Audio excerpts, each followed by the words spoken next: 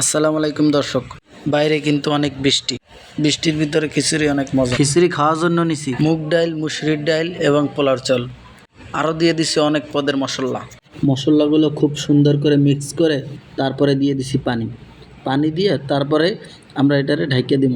ঢাইকে দিয়া খিচুড়ি খাওয়ার জন্য বানাবো শুটকি ভর্তা। শুটকি ভর্তা বানানোর জন্য নিয়ে নিছি শুটকি, শুকনো মরিচ, কাঁচা পেঁয়াজ, শুটকি তেলে ভাজলাম। এবারে পেঁয়াজগুলো ছেঁচে নিলাম। পেঁয়াজ শেষ, তারপরে এগুলো বাটা শুরু করলাম। এক পর্যায়ে ভর্তা বাটা শেষ করে তারপরে উড়েই নিছি ভর্তা।